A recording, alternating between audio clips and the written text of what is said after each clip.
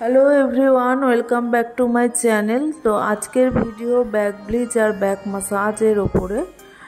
तो अनेक क्लाइंटই फुल बडी ওয়াক্সিং करे, किन्तु बैक ওয়াক্সিংয়ের क्षेत्रे आमी बोलबो जे बैक ওয়াক্সিং থেকে बैक ब्लिच कराटाई बेटार होबे। केनना अनेक समय कि हय बैक ওয়াক্সিংয়ে एमन इरापशन हय जेटा सहजेई सारते चाय ना, डक्टर साजेशन निते हय।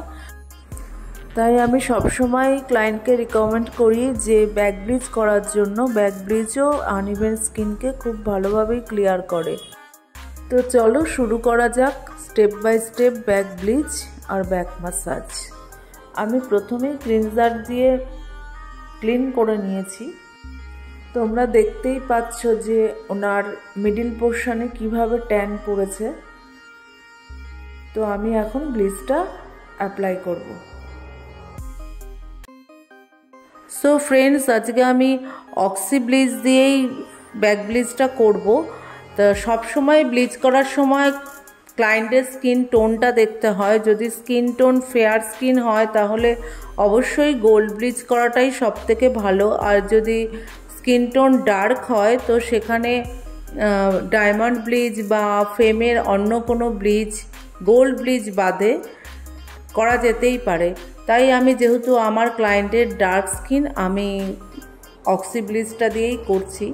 और सब समय आमरा जानी जे फेसेर थेके बैकेर आमादेर बडी स्किन सब समय एकटू हार्ड हय, फेसेर स्किनटा आमादेर सफ्ट हय। ताई जोन्नो आमादेर बैक ब्लिच करार समय बा बडी ब्लिच करार समय आमादेर फेसे जतटा क्वांटिटी लागबे तार थेके बेशी क्वांटिटी निते हबे एबं कि एक्टिभेटारও फेसের থেকে डबल নিতে হবে। তা সব সময় ব্লিচের কোয়ান্টিটি দেখেই তারপরে আমাদের অ্যাক্টিভেটর নিতে হয়, কিন্তু সেটা অ্যাক্টিভেটরের পরিমাণটা একটু এদিক ওদিক হলে কোনো অসুবিধা হয় না, যেহেতু বডি স্কিন হার্ড হয়।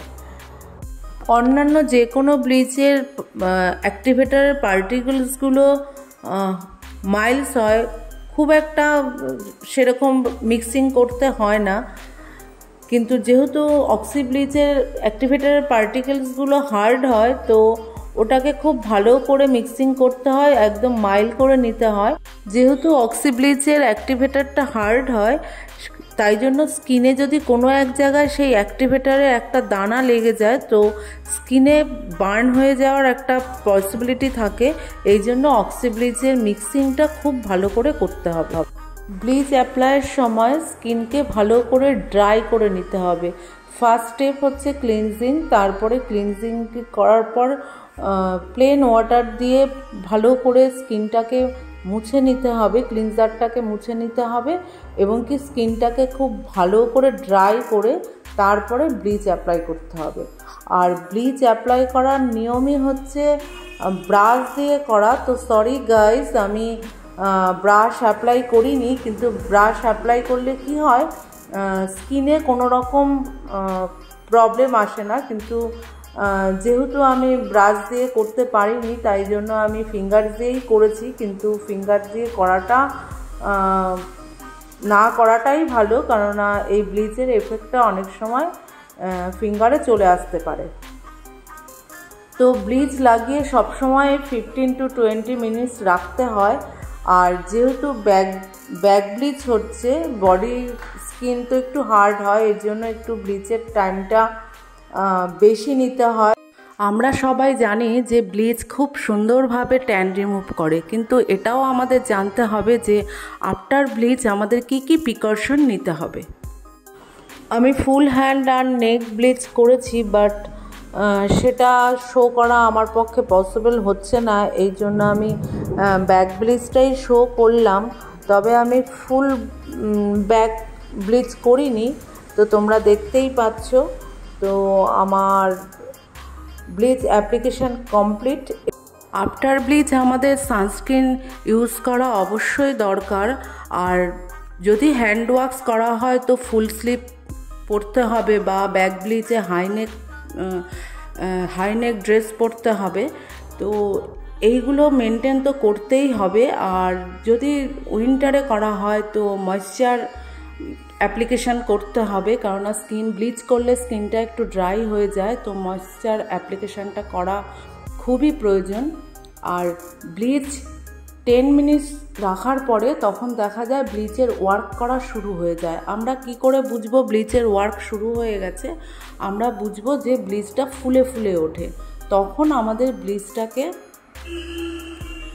তুলে দেখতে হবে যে হেয়ার ব্লন্ড হয়েছে কিনা। যদি হেয়ার ব্লন্ড হয়ে যায় তো আমাদের বুঝতে হবে যে আমাদের ব্লিচ ওয়ার্কিং কমপ্লিট করে ফেলেছে। তো তখন আমাদের কি হয়, 20 মিনিটের পরে আমাদের ব্লিচটাকে রিমুভ করে দিতে হবে। এবং কি রিমুভ করতে গেলে একটা স্প্যাচুলার হেল্প নিতে হবে, তাহলে সেটা খুব সুবিধা হয়। স্প্যাচুলার হেল্প নিয়ে যদি ব্লিচটাকে রিমুভ করা যায়।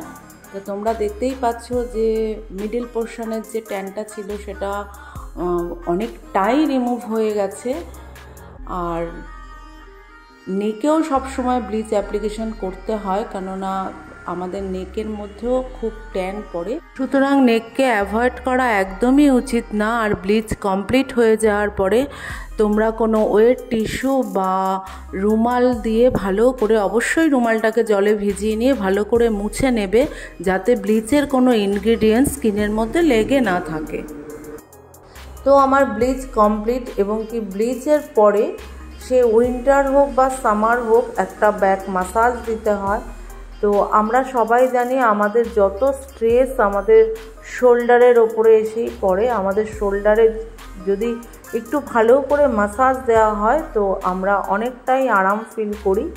তো আমাদের যেহেতু বডির যত স্ট্রেস শোল্ডারের মধ্যেই পড়ে, তো আমাদের শোল্ডার মাসাজটা খুব ইম্পর্টেন্ট। তো তোমরা দেখো আমি কি করে ব্লিচ করার পরে আমি কি করে ব্যাক মাসাজটা দিচ্ছি।